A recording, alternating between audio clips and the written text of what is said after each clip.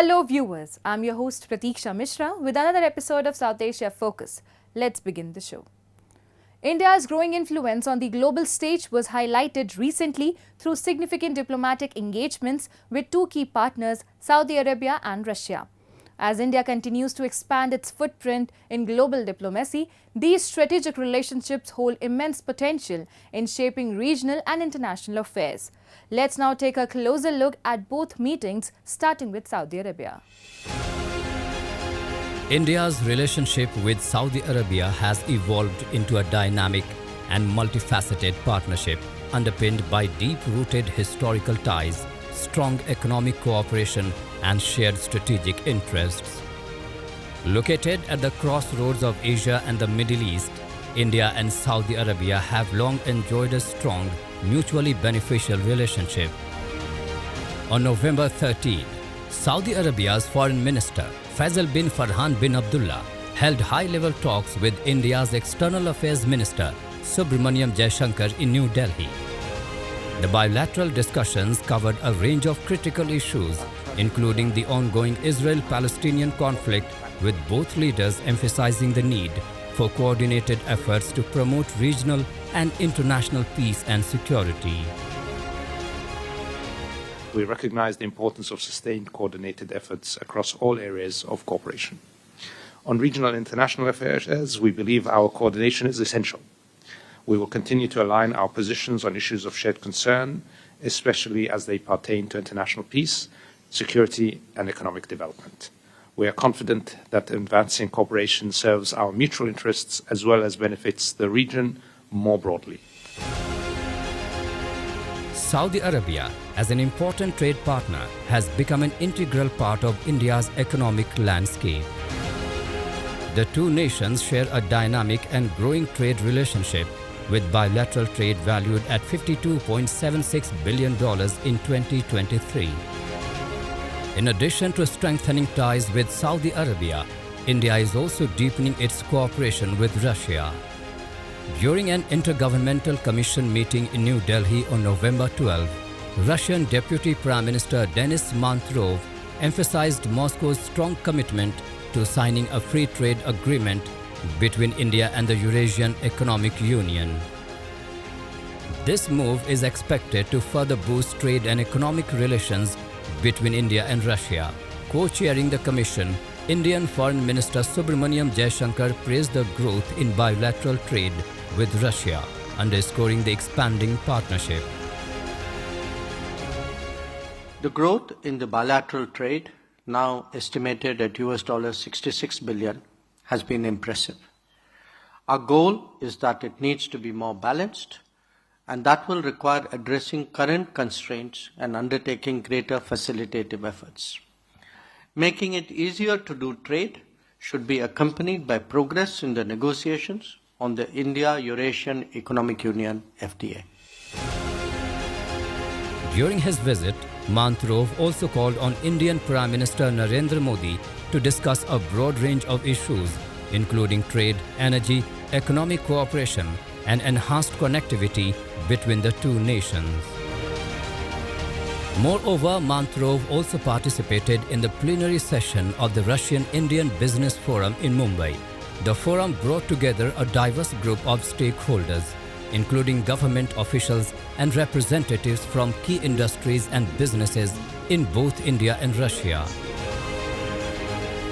There are a lot of traditional sectors between our countries, but now we see that the diversification of the mutual trade is going now.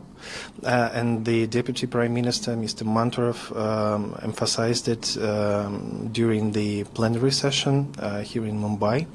And of course, there are sectors that we could be useful for each other, and there are a lot of good examples from the previous years. As India continues to strengthen its diplomatic ties with both Saudi Arabia and Russia, these partnerships are poised to play a key role in shaping the geopolitical and economic landscape of the coming years. With an eye on deepening trade, fostering stability and promoting mutual prosperity, India's strategic engagement with these nations underscores its growing influence on the world stage.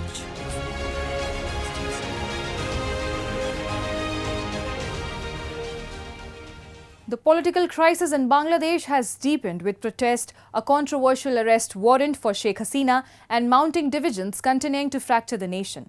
While the interim government led by Nobel laureate Muhammad Yunus has promised reforms, many remain skeptical about the likelihood of real change. The growing attacks on religious minorities only intensify the unrest. As trust in the government's ability to hold free and fair elections erodes, the future of Bangladesh becomes increasingly uncertain. Take a look. In a controversial move, the portrait of Sheikh Mujibur Rahman, the founder of Bangladesh, was removed from the President's office in Dhaka.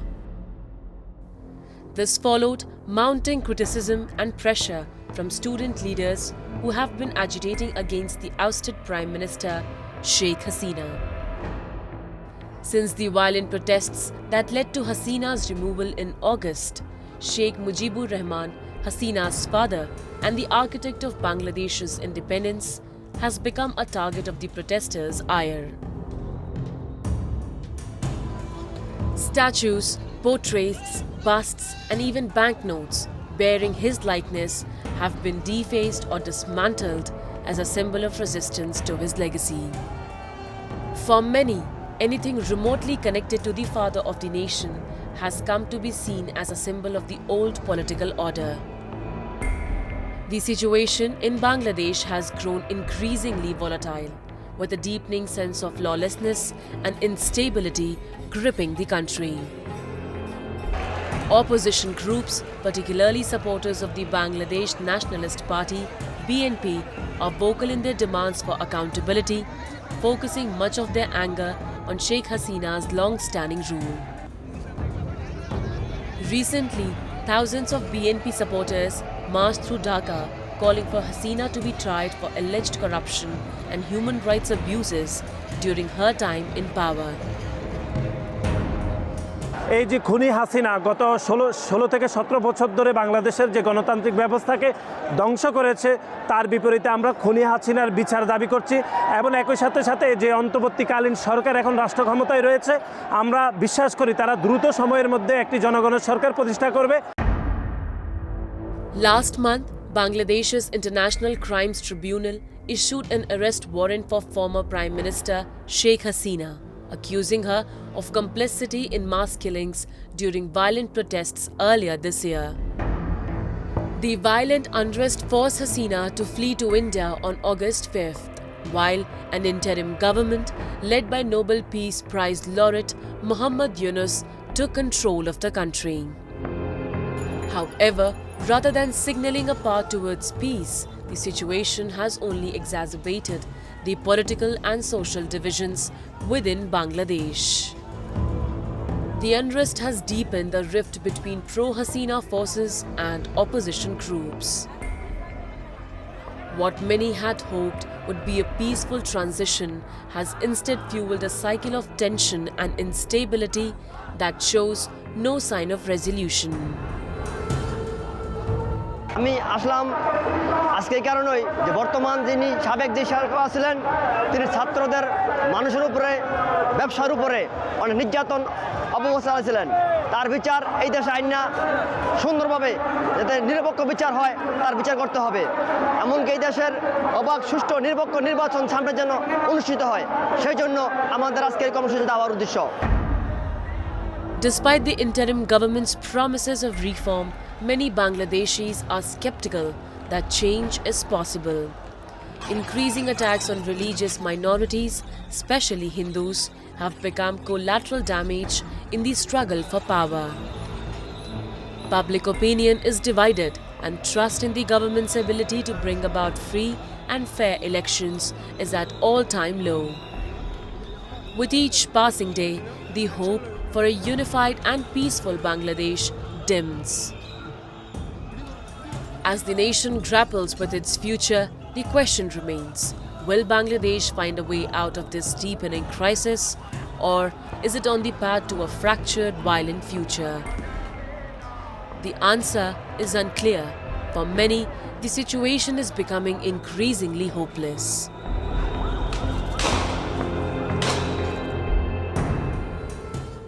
Time now for Asia This Week, the stories from across the continent. US, Japanese and South Korean naval forces conducted their most sophisticated and final joint drills in East Asian waters ahead of President Joe Biden transferring one of his key national security initiatives to Donald Trump. During a visit to the USS George Washington aircraft carrier, US Ambassador to Japan Rahm Emanuel stated that the trilateral agreement and the resulting military collaboration sent a powerful signal to Beijing. If you look at the region and you want to project deterrence, you want to ensure the security of America's interests, it's better to have allies, because remember, in this area and region, we have a lot of allies and China does not. Mauritian politician Naveen Ramgoolam was sworn in as Prime Minister for his fourth term, a decade after he last left power following his coalition's dramatic triumph in a general election. His Alliance Do Changement coalition won a landslide 60 of the 62 National Assembly seats with 62.6% of votes in Ballet. Ramgoolam took the oath of office during a brief ceremony at State House, the official residence of President Prithviraj Singh Rupan, in front of a selection of lawmakers, foreign diplomats and top civil servants.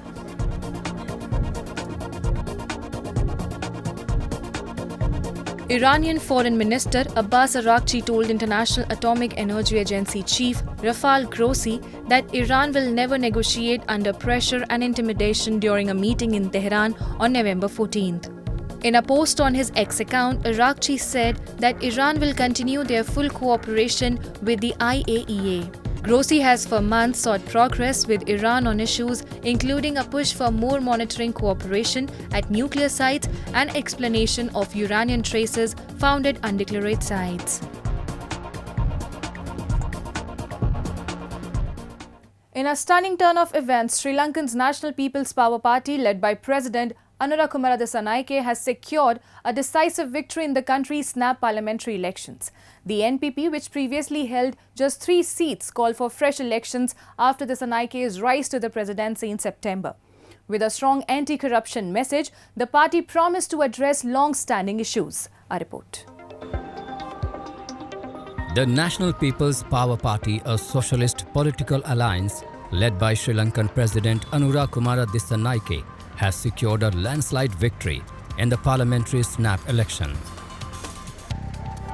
Dissanayike's strategic decision to call for immediate elections proved highly effective, paving the way for the party's remarkable rise. Prior to the elections, the NPP held only 3 seats in parliament, prompting the president to dissolve the assembly and seek a fresh mandate. Elected as president in September, Dissanayake, a self-identified Marxist, campaigned on promises to tackle corruption and reclaim misappropriated assets. After casting his vote in Colombo, Dissanayake expressed confidence that the people would support his vision for change. අපි හිතන ලංකාවේ ඉතාමත් තීරණාත්මක හැරවුම් ලක්ෂයක් පෙන්눔 කරන මැතිවරණයක්.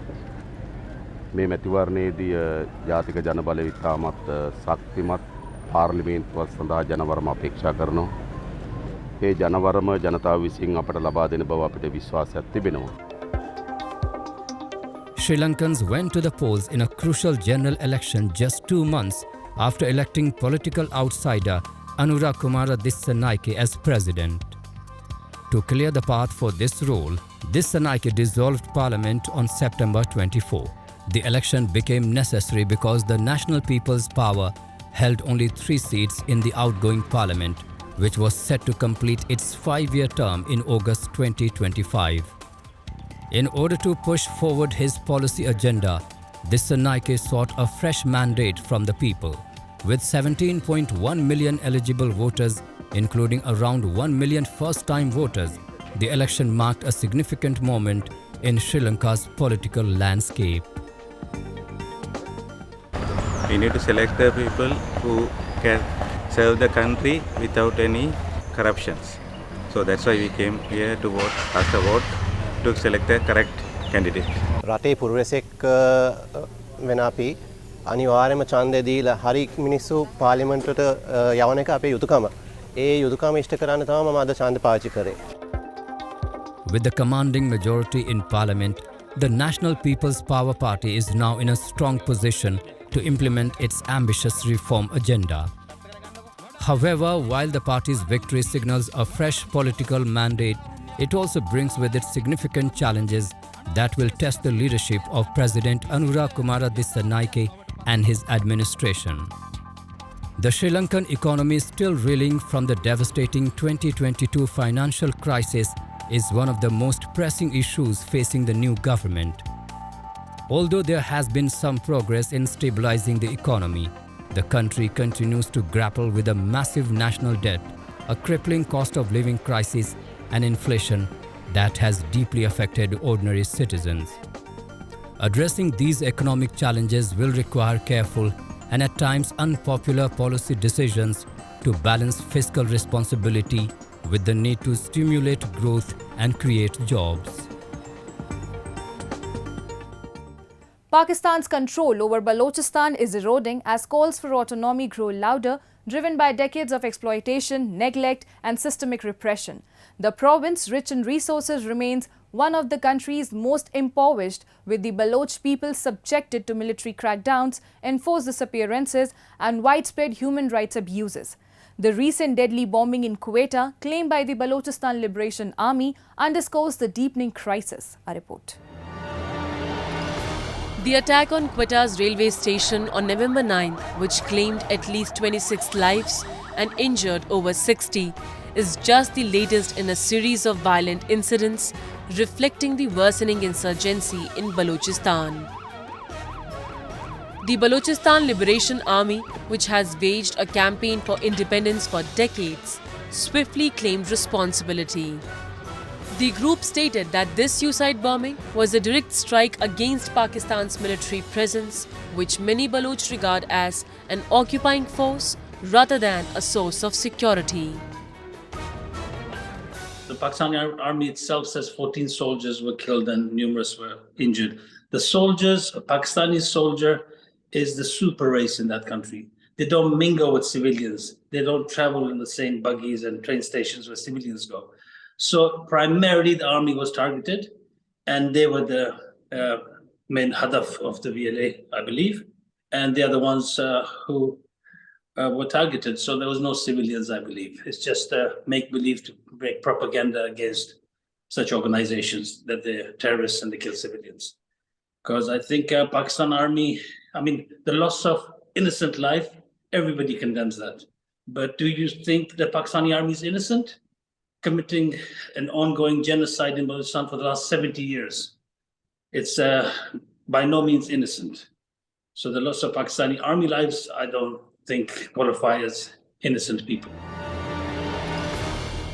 Balochistan's insurgency is rooted in long-standing demands for autonomy and deep resentment toward Islamabad's exploitative policies. Though rich in natural resources like gas, coal and minerals, the province's population remains among the poorest in Pakistan. Basic facilities like education and healthcare are lacking, with over 70% of the population living in poverty. The Baloch see little benefit from the province's wealth, and activists accuse the government of keeping Balochistan underdeveloped to retain control. Pakistan occupied Balochistan primarily to loot, plunder, and exploit its resources. It was never interested in the Baloch people or joining of two countries, as they put it. It's just a land to provide resources for the Pakistanis in general, but Pakistani generals in particular. From history till present, Balochistan is a land to loot, plunder, and the fat cats sitting in Pindi, they are reaping the rewards. So the Baloch have stood up all along against this injustice, and we've been appealing to the world to stand with us. But unfortunately, our appeal has always fallen on deaf ears. Now the Baloch have changed their tactic, or maybe the new generation have had enough. So their tactics are a bit more harsher than previously. Decades of unfulfilled promises and suppression have left Baloch groups with little faith in Islamabad's intentions. Chinese investment through the China-Pakistan Economic Corridor has added to these grievances, particularly in Gwadar, where the expansion has displaced many locals. While jobs and infrastructure improvements were promised, Baloch residents report being shut out of these economic benefits as the land is handed over to foreign investors. The resulting debt to China has fueled fears of further marginalization for the Baloch people. The insurgency in Balochistan has reached a critical point, driven by Islamabad's refusal to acknowledge Baloch demands for autonomy. For the Baloch, this is a fight for control over their land and future against a government more focused on resource extraction rather than the development of its people. With resentment mounting, the future of Pakistan's control over Balochistan hangs in the balance. And with that, we come to the end of this week's episode. See you next week. Goodbye and take care.